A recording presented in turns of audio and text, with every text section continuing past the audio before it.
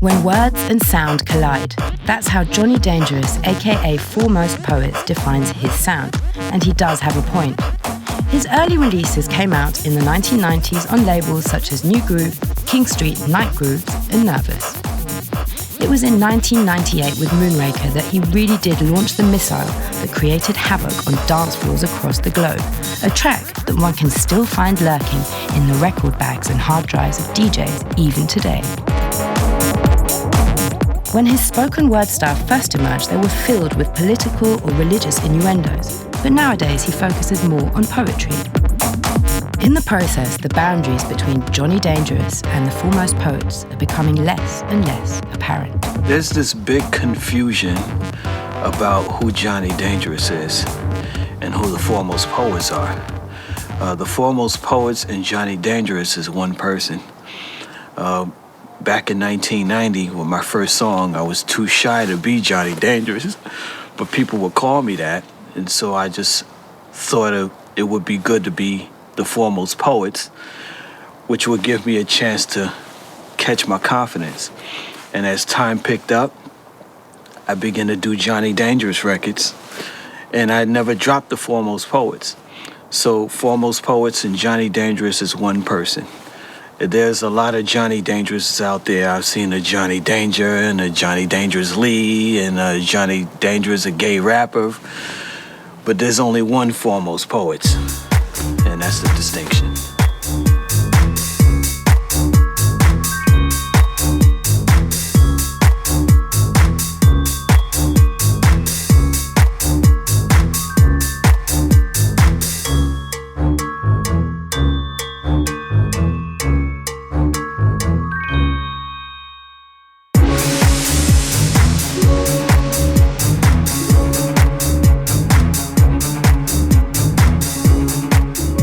The Foremost Poets gives me the opportunity to do all kinds of things. I have always had an affinity for film and scoring, so every once in a while when I do a song, I get a chance to practice acting.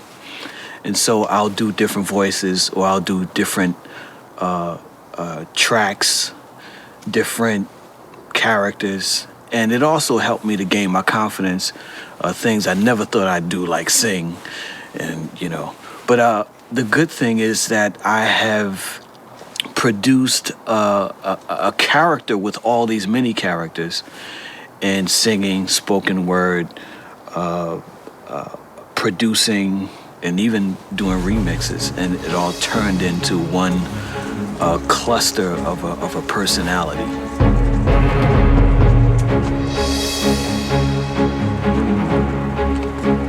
This station, in conjunction with other airwave announcements, will conduct this exact test without prejudice under the jurisprudence of the soul, the mind, the body, the positive, the negative, the ground, the proton, the neutron, the electron, the yin, the yang, the young, the sun, the moon, the star, the man, the woman, the child, the plaintiff, the defendant, the judgment, the Father, the Son, the Holy Spirit, the past, the present, the future.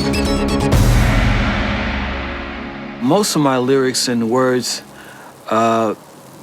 I used to have a political view. I don't have one anymore. I used to have a religious view. I don't have one anymore. My take on things is that we're all the universal oneness. And because of that, now when I do songs, I touch on things, but it comes back to one. Whereas if you're rich, you hear it one way, it means something good. If you're poor, you hear it one way, and it means something good, but it's the same words. And that's my perspective. Even if it's different songs, or if it's even a different language, that's my perspective. You're the originators, and it shouldn't be a surprise. You want back what was lost, and there's no compromise. God, God, God, God, God. You should agree. Hypnotic dope makes you look into the define the word dope. And you'll find no reason to be different.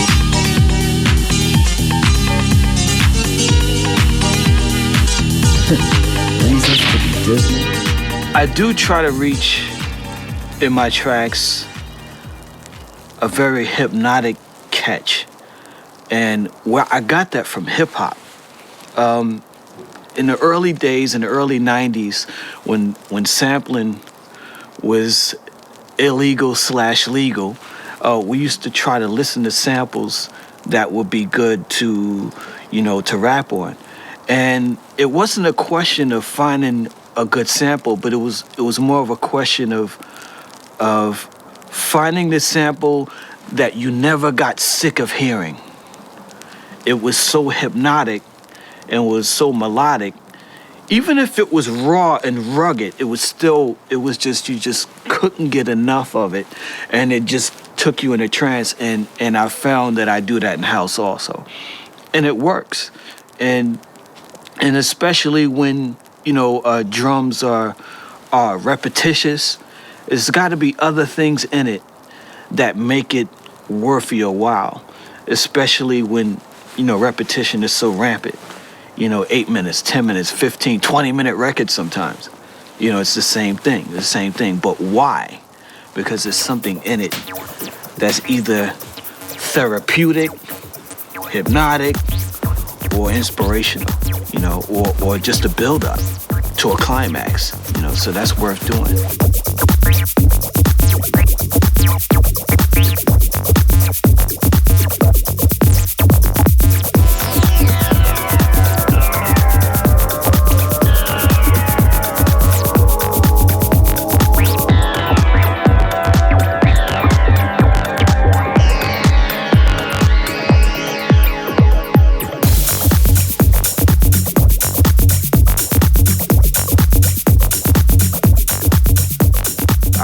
Try to design things that are visual.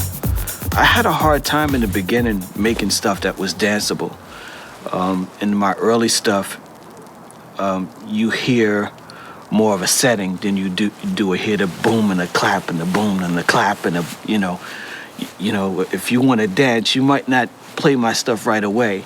I had to kind of catch into that, but once I got the hang of it, it was cool. But in the beginning, my stuff was more of scenery beats, things that would take you away, or things that would create a dimension, almost video game instrumentals, And I think I'm getting better now. I think my stuff is a lot more danceable now, and I'm not afraid to change. So that's good. So let's start it off like this.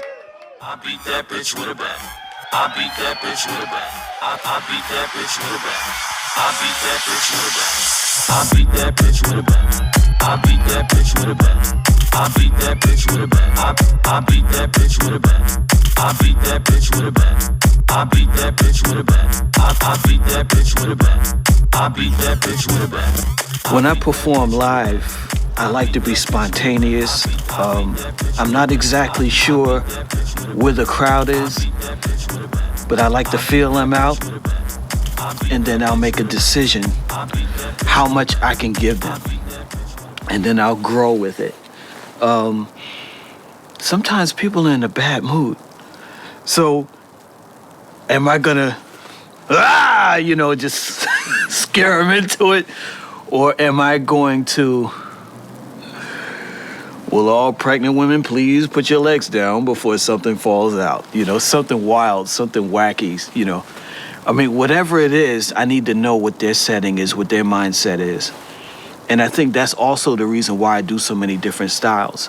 If I have to do a song in Memphis, Tennessee, I need to have a song or a couple of songs for that.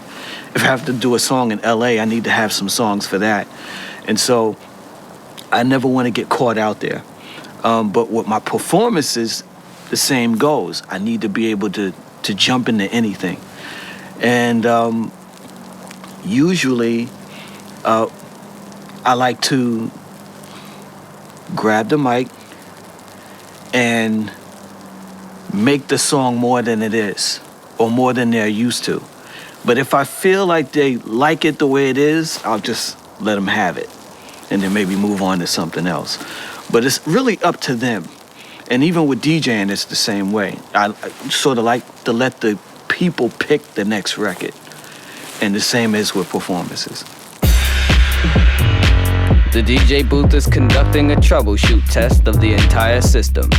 Somehow, while the party was in progress, an unidentified frequency has been existing in the system for some time.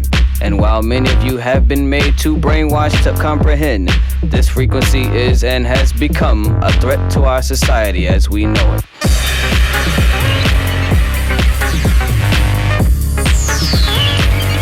This is only a test. I think that as producers, as artists, just as entertainers, you can start to find yourself in a time warp where you get stuck and you won't get stale, but you get tired because you've outgrown what you were used to doing. And you forget that you were young.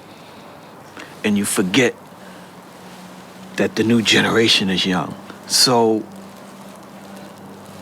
there has to be some humility in realizing that, okay, what's next?